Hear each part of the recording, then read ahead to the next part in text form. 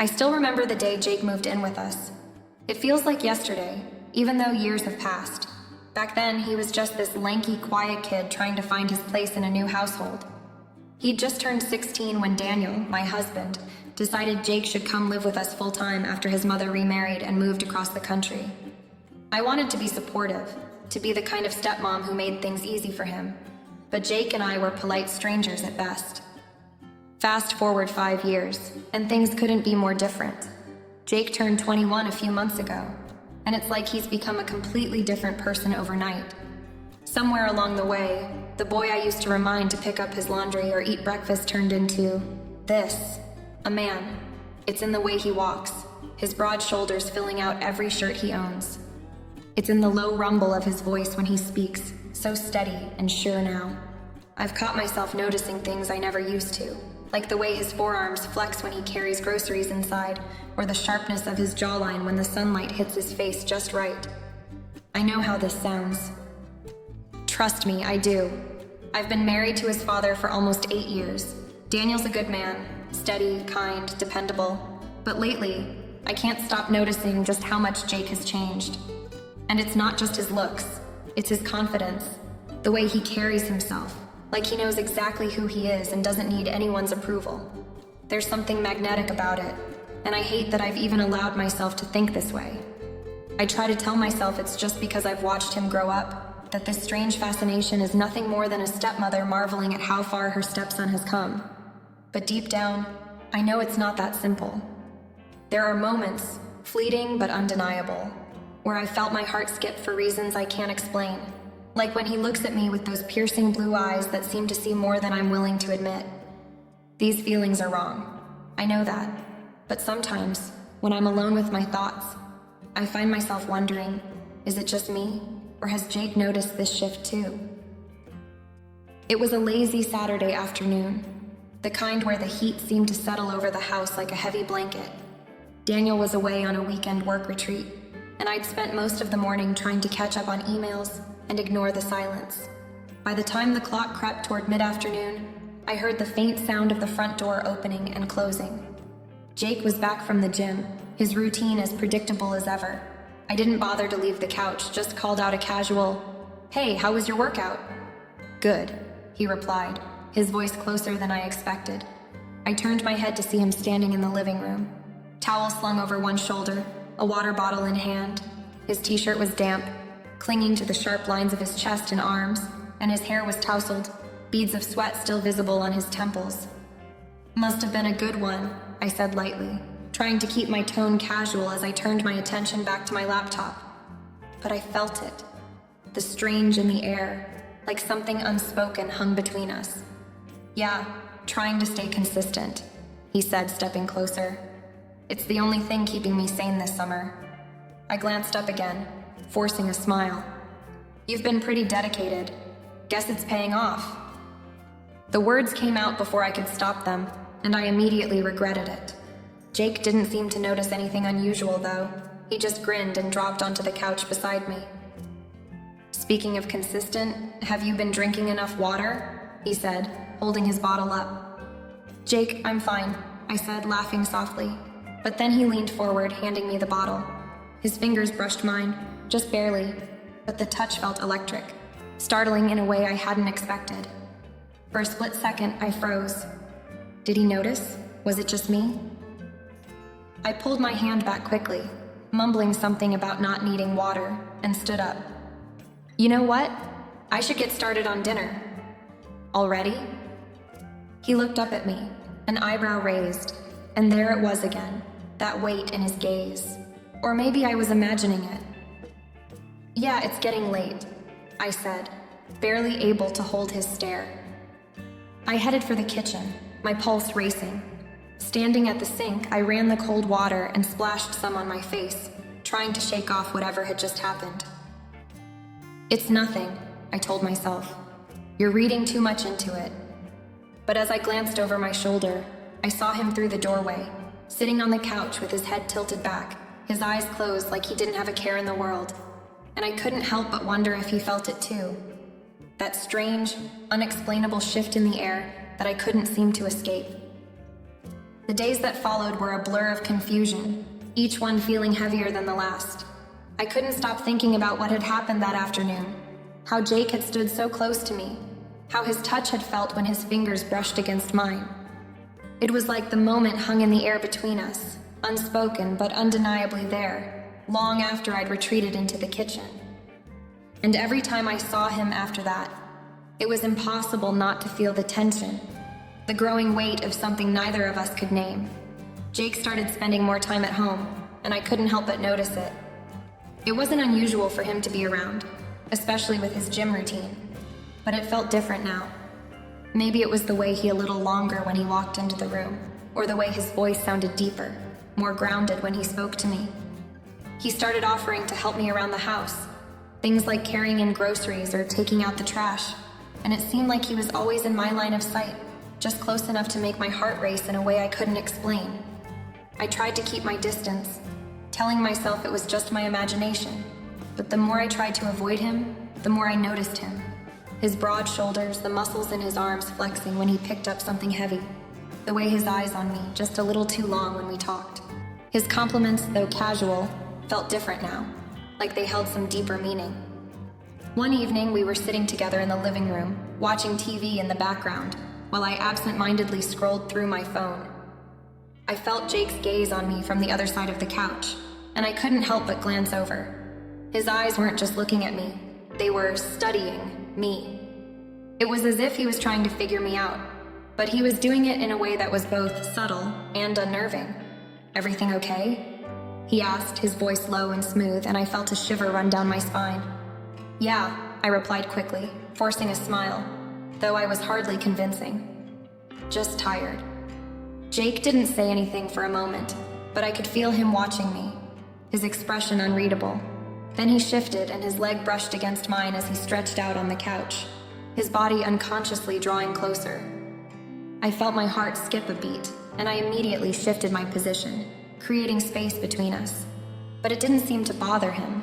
In fact, he just let out a quiet chuckle, like he knew exactly what was going through my mind. "You sure you're all right?" he asked again.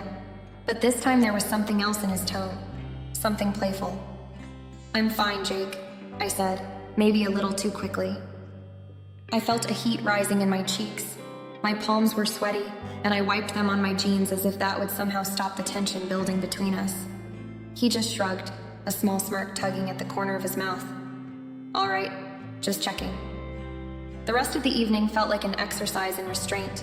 I couldn't quite focus on the show we were watching, and every time I glanced in his direction, it was as though the air between us thickened. I knew I was overthinking things, but I couldn't help it. There was something about Jake now that made it impossible to just be in the same room with him, without noticing every little thing. How his body moved, how his smile seemed to hold a certain depth, how every casual touch now felt. Later that night, as I was heading upstairs to my room, I heard him walking down the hall. I glanced over just in time to see him disappear into his own room, and I felt a strange tightness in my chest. It wasn't just the physical proximity, it was the shift, the subtle but unmistakable change in how we were interacting, and I had no idea how to handle it.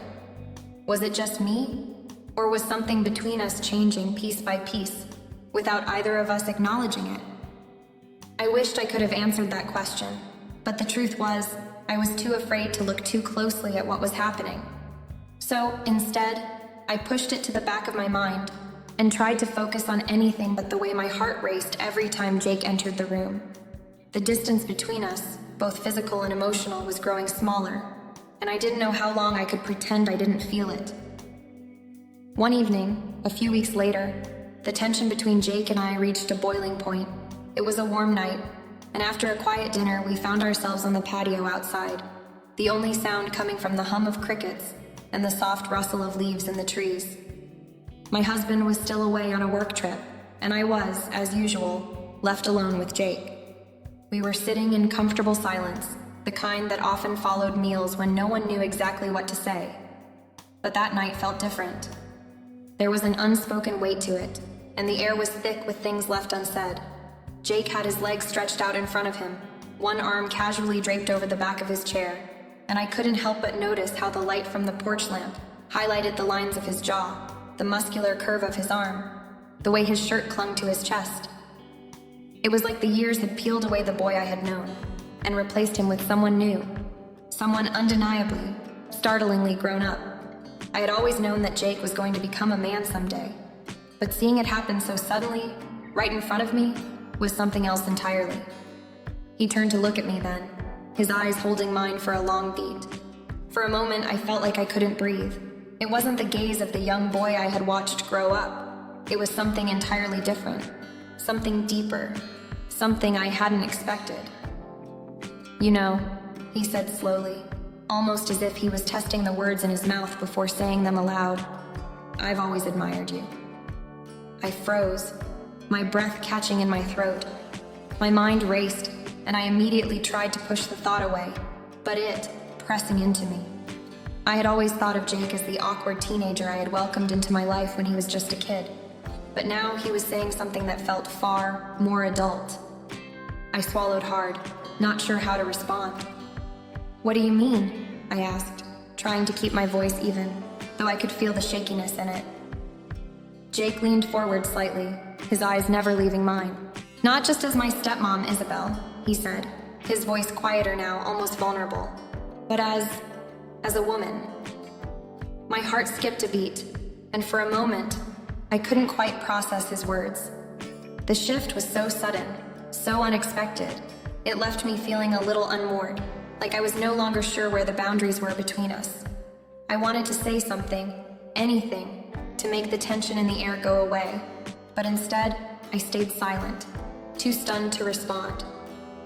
He seemed to take my silence as an invitation to continue, and his voice dropped even lower, the words coming out with a kind of raw honesty that sent a shiver down my spine. I've been feeling this way for a while now, and I don't know how to handle it. I looked at him, unsure of what to say, unsure of what to do. His admission hung in the air like a fragile thread, and the more I tried to convince myself it was a mistake, the more real it felt.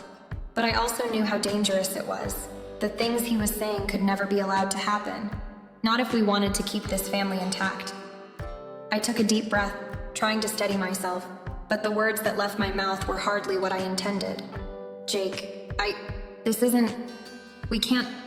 He nodded slowly, as if he understood what I was trying to say, but there was a flicker of something else in his eyes, something I couldn't quite place. I know, he replied quietly. I know it's wrong, but that doesn't change how I feel. My heart was racing, my thoughts a whirl of conflicting emotions. On one hand, I wanted to pull away, to put some distance between us, to ignore what he was saying, and pretend everything was normal. But on the other hand, there was something so raw, so open in the way he was speaking to me. And it shook me in a way I hadn't expected. The intensity of it all, the intensity of him was overwhelming. And I realized then that I couldn't just dismiss it. Not entirely. I've noticed it too, I whispered, the words slipping out before I could stop them. My own confession surprised me, and I immediately regretted it. I could feel my chest tighten, the guilt already beginning to creep in. But the truth was, I had felt it too. The way our interactions had changed, the way the space between us had shifted into something more complicated than either of us had ever anticipated. But I couldn't let this go any further. I had to stop it here, before it went beyond the point of no return. Jake, I said, my voice firmer now, this can't happen. We can't let it go there. I tried to sound resolute, but even to my own ears, the words seemed to waver. He didn't say anything at first, just stared at me, as if weighing my words. Then, finally, he sighed, and I could see the disappointment in his eyes. But there was something else there too, something softer, something more understanding. I get it, he said softly, his gaze shifting away from mine, the moment between us broken. He sat back in his chair, crossing his arms over his chest, as if trying to shield himself from the weight of the conversation. For a moment, we both just sat there, the quiet stretching out between us. But even though we didn't say another word, I knew the tension wasn't gone. It was still there, hanging between us, impossible to ignore. And no matter how much I wanted to forget it, I couldn't shake the feeling that we had crossed a line that neither of us could easily come back from. The days after our conversation on the patio were heavy, filled with a quiet tension that neither Jake nor I seemed able to escape. It in every moment we shared, even in the most mundane of interactions. I found myself constantly second-guessing my actions, wondering if I was doing enough to push him away, to make sure nothing would happen again. But no matter how hard I tried, it was impossible to ignore the way he still looked at me, the way he found reasons to be near me. It was like the pull between us had only intensified. Jake, ever perceptive, seemed to notice my discomfort. He didn't push me, but I could tell he was testing the waters, finding subtle ways to see how far he could go before I would retreat. There was the casual touch of his hand when passing me something, the eye contact, the small but loaded compliments. "You look really nice today, Isabel," he would say, and though his tone was light, there was something in his voice that made my heart race, made me feel exposed in ways I couldn't explain. The guilt I felt was a constant presence, gnawing at me. I loved my husband. He had been nothing but kind and supportive to me since we had met, and I couldn't imagine hurting him. But Jake was different. He was becoming someone I couldn't ignore, no matter how much I tried. It wasn't just his looks, though they were certainly part of it. It was the way he had changed, the way he had matured into a man I no longer recognized as the boy he once was. The way he made me feel when he was around, like I was seen in a way that no one else saw me. It was intoxicating, and I hated myself for it. But every time I found myself thinking about him, really thinking about him, I would push the thoughts away, telling myself it was wrong. I couldn't let it happen. He was my stepson, and I was his stepmother. We had a family, and I couldn't betray that. I owed it to my husband, to Jake's father, to make sure this didn't go any further. But despite my best efforts, the magnetic pull between us was undeniable. One evening, Jake offered to help me with the dishes after dinner. We had spent the day doing some work around the house together, and as we moved into the kitchen, I could feel the weight of his presence behind me. He didn't touch me, but his proximity felt like an unspoken invitation, a silent challenge. As I stood by the sink, washing the plates, I felt him standing just a little too close, the heat from his body pressing against me. I could feel the tension between us thickening, every breath heavier than the last. "You don't have to do this, Jake," I said, trying to keep my voice steady. "I can finish up here." He didn't move away. Instead, he just leaned in a little closer, his voice low. "I want to.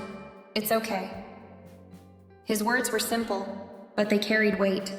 His hand brushed against mine as he reached for a dish, and I could feel a jolt of electricity shoot through me. I froze, my pulse quickening, my mind scrambling to regain control. For a moment, neither of us spoke. It was as if the world outside the kitchen had disappeared, and we were suspended in this fragile, impossible moment. I wanted to pull away, to distance myself, but my body betrayed me. The attraction I had been fighting so hard to suppress surged forward, and I found myself wanting him more than I cared to admit. "Jake," I whispered, finally finding my voice. "We can't do this. We can't keep pretending that nothing's changed." He didn't look at me, his gaze focused on the dishes in front of him. "I know," he said quietly, "but I can't help how I feel." My breath caught in my throat. His words were simple, but they cut straight to the heart of everything I had been avoiding. He was right. Neither of us could help how we felt, and it was that realization, the weight of it, that made the guilt swell inside me like a tide that threatened to drown me. We worked in silence for a while after that, the tension between us palpable. I kept my distance, trying to ignore the way my body betrayed me, the way my thoughts kept drifting back to him. I had to remind myself that I couldn't give in to this. I couldn't let it consume me. But as the evening wore on and the house grew quiet, I knew deep down that I was lying to myself. The pull, the desire, the connection between us was something I couldn't easily escape. But I had to. I had to find a way to push it away, to protect everything I had worked for. The family, my marriage, my sense of self. Because if I didn't, I knew it could all fall apart, and that was a risk I couldn't afford to take. The storm had come in suddenly, catching everyone off guard. The rain hammered against the windows. the wind howling as if it were trying to tear the house apart. It was one of those nights where everything felt amplified.